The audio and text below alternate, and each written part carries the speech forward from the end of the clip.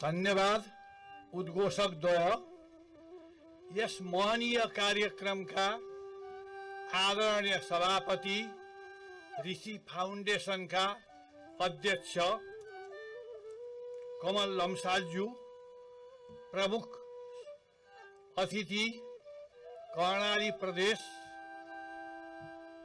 सभामुख राजबहादुर साईज्यू र म यहाँ देखिरहेको छु कर्णाली प्रदेश सरकारका विशिष्ट व्यक्तित्वहरू, ऋषि फाउन्डेसनका व्यक्तित्वहरू, विभिन्न सेसनका वक्ताज्यूहरू, कर्णालीलाई चिनाउने विभिन्न विद्वद्वर्गहरू र कर्णालीलाई माया गर्ने र अत्यन्त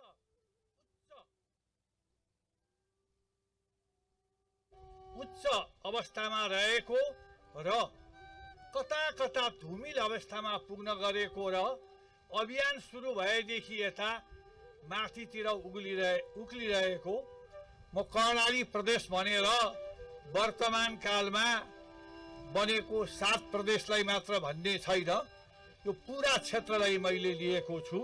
सबैलाई सादर नमस्कार। अब एकमा म एउटा म धेरै बेर बोल्दिन। किन बोल्दिन भने धेरै विद्वत वर्गहरू, धेरै सरकारी कर्मचारीहरू आउनु भएको छ, जानु भएको छ, अफिसका काम हुन्छन्, थाक्नु भएको छ।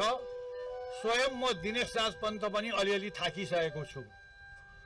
त्यसैले म सबैसँग आदरणीय सबैसँग एउटा कुरा के गर्छु भने कमसे कम मैले बोल्दाखेरि साइड टक चाहिँ नगरिदिनु होला, मेरो नम्र निवेदन। त्यो धेरै बेर म बोल्दिन। हजुर, हामीलाई थाहा भएकै कुरा हो, नेपालको पहिलो प्रामाणिक काल भनेको लिच्छवी काल हो। लिच्छवी कालका करिब 250 जति अभिलेखहरू पाइएका छन्। लिच्छवी कालका ती अभिलेखहरू, संस्कृत वाङ्मयका विभिन्न ग्रन्थहरू, चिनिया यात्रीहरूको वर्णन अनुसार त्यस बेलाको नेपाल झन्डै झन्डै अहिलेकै जत्रो थियो। त्यसको अर्थ पूर्व मेचीदेखि पश्चिम महाकालीसम्म र उत्तरमा हिमालयदेखि दक्षिणमा तराईसम्मको मैले भन्न खोजेको होइन।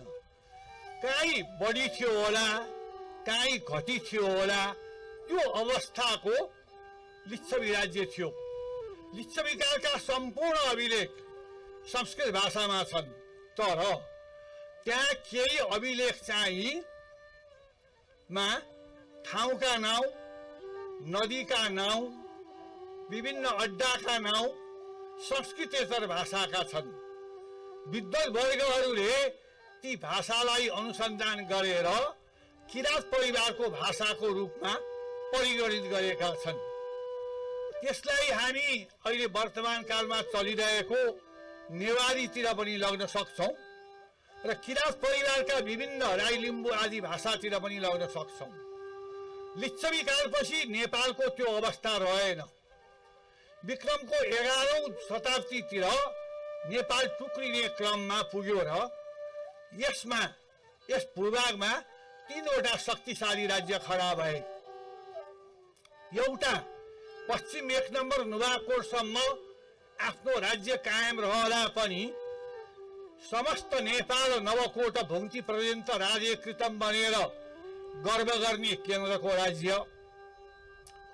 दोस्रो, नेपालको दक्षिण पूर्व भेकमा सिम्रौनगढमा नान्यदेवले खडा गरेको राज्य र तेस्रो, नेपालको पश्चिमोत्तर भेकमा सिजामा नागराजले खडा गरेको राज्य। अथ खाडी प्रदेशस्थो यो जावेश्वरताम अगात तेन श्री नागराजेन सेन्जापुर्याम थितिकृता। अब यी 3 राज्य मध्ये एउटा राज्य नेपाल मण्डल राज्य, त्यो त क्रमशः खुम्चिँदै गएको थियो। सिम्रौनगढ राज्यले पनि त्यति साह्रो उन्नति गर्न सकेन र विक्रम सम्वत 1381 मा बंगालका सुल्तान दिल्लीका सुल्तान बङ्गालमा आक्रमण गरेर फर्किँदाखेरि लड्न आयो भन्ने सम्झिएर लड्न जाँदा मार खाएर त्यो ध्वस्त भयो। जो सिजामा नागराजले तिब्बतको खाडी प्रदेशबाट आएर गरेको राज्य चाहिँ बढ्दै गयो र त्यसले कुन रूपले लियो भनेदेखि पूर्वतिर यो अहिलेको गोर्खा प्रदेश त्रिशुलीसम्म त यसको राज्य नै भयो। त्रिशुली नदी तरेर नुवाकोट हुँदै नेपाल खाल्डोलाई पनि करज बनाउँदै गयो। दक्षिणतिर अहिले हामी बुद्धवाज वन इन नेपाल भनेर गौरव गर्छौं। लुम्बिनी प्रदेशको तराईसम्म यसको राज्य रह्यो र उत्तरमा वर्तमान चीनको स्वशासित क्षेत्र तिब्बतको मानसरोवर प्रदेशसम्म यसको अधिकार रह्यो र पश्चिममा भारतको अहिलेको वर्तमान भारतको उत्तराखण्ड राज्यको कुमाऊं गढवालसम्म राज्यसम्म रह्यो। खस भाषाको अहिलेसम्मको खोजीले पाइएको पहिलो प्रामाणिक भनेको विक्रम सम्वत 1038 साके सम्वत 903 को दामुपालको अभिलेख छ। खस भाषा चल्दै आयो, क्रमशः चल्दै आयो। स्वयं अशोक चल्ल उनी आफूलाई के लेखाउँछन् भने सपाद लक्ष्य शिखरी खसदेव देशाधिपति श्रीमत काज अशोक चल्ल भनेर लेखाउँछन्। चल्दै आयो तर ती राज्यहरू पनि टुक्रिँदै गयो र वर्तमान मेचीदेखि महाकाली सम्मको प्रदेशमा 52वटा भन्दा बढी राज्य खडा हुन आए। ती 52वटा राज्यहरू मध्ये अधिकांश राष्ट्रमा अहिले एक किसिमले सानोतिनो विद्वत प्रवचन छ। हुन त यहाँ सरहरूले मलाई विद्वत प्रवचन भन्नुभयो, तर मलाई चाहिँ त्यहाँ उपप्रमुखज्यूले बोल्नु भएको पनि त्यो विद्वत प्रवचन जस्तै लाग्यो। मेरो हृदय छोयो, उहाँ त गइसक्नु भएरै छ। तर हाम्रो चाहिँ शास्त्रमा के छ भने अगलतिर भन्नुभन्दा पछिल्तिर भन्नु त्यो बढी पुण्य हुन्छ, भएको कुरा भन्नुपर्छ। र त्यसले क्रमशः नेपालका धेरै क्षेत्रलाई लियो र नेपालको क्षेत्र मात्रै होइन, कुमाऊका रानीले पनि खस भाषाको प्रयोग गरेको पाइन्छ। तराईका केही राज्य उदाहरणको रूपमा मकवानपुर, चौदण्डी, विजयपुर, त्यहाँ विशेष गरेर कुनै क्षेत्रमा मैथिली भाषा चल्थ्यो, कुनै क्षेत्रमा अवधी भाषा चल्थ्यो। उसले पनि अरू राज्यसँग व्यवहार गर्नु पर्दा त्यही नेपाली भाषा खस भाषाको प्रयोग गर्थ्यो। हजुरहरू सबैले देख्नु भएकै छ काठमाडौँको रानी पोखरी मल्लकालमा र पछिल्लो शाहकालमा पनि त्यो ठाउँ भनेको सहर बाहिरको ठाउँ हो। अहिले पनि नुवाकोट नयाँ सडकको गेट भनेर हामी जुन देख्छौं त्यसमा सहर सिद्धिन्थ्यो। टुँडीखेल भएको ठाउँ र रानी पोखरी भएको ठाउँमा बाहिरबाट कोही पाहुना पासा आए भने तात्कालिक शासकहरू स्वागत गर्न जान्थे। त्यसमा धेरै ठाउँबाट जल ल्याएर आफ्ना छोरा चक्रवर्तेन्द्रको मृत्युपछि आहत भएकी रानीको मनमा शान्ति दिन काठमाडौँका राजा प्रताप मल्लले बनाएको शिलालेखमा नेपाली भाषा खस भाषाको प्रयोग गरिएको छ। विक्रम सम्वत 1749 मा गोर्खाका राजा पृथ्वीपति शाहको पालामा जसवन्त सिंह भन्ने विद्वानले खस भाषाया लक्षण सागरम लिख्यते, खस भाषाबाट लक्षण सागर लेखिन्छ। विक्रम सम्वत 1814 मा काठमाडौँका राजा जयप्रकाश मल्लले गोर्खाका राजा पृथ्वीनारायण शाहलाई धर्मपत्र लेख्दा नेपाली भाषाको खस भाषाको प्रयोग गरेका छन्। भोटे अधिकारीहरूले तिब्बती अधिकारीहरूले पृथ्वीनारायण शाहलाई धर्मपत्र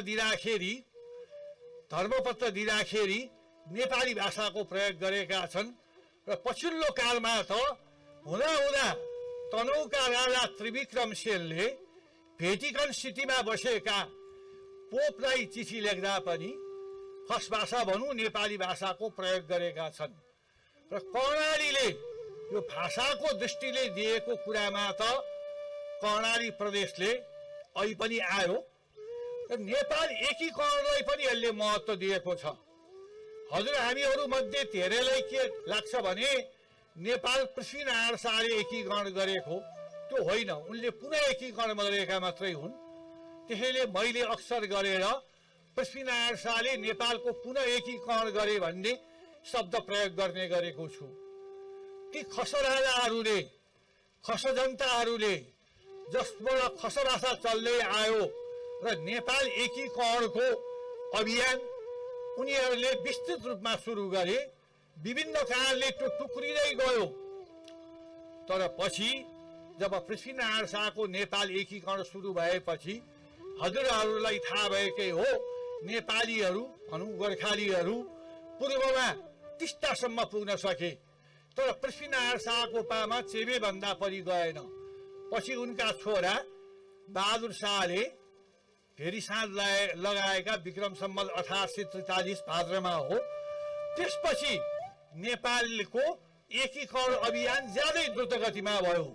त्यसमा कर्णाली प्रदेशको नेतृत्व छ हो, तर पृथ्वीनारायण शाह जस्तो बुद्धिमान अरू नेपाली शासक नभएकोले इभेन उनका सन्तानहरू पनि पछिल्लो कालले विक्रम सम्वत 1824 आश्विन 15 गते सिधुलीमा अङ्ग्रेजलाई हराउन सकेका नेपालीहरूले विक्रम सम्वत 1871-72 हारेर कौटल्यको शब्दमा भन्ने हो भने आदिष्ट सन्धि भूम्येक देश त्यागेर शेष प्रकृति रक्षण गरेर 3 खण्डको 1 खण्ड मुलुक गरेर बाँझो हुनु अवस्था आयो।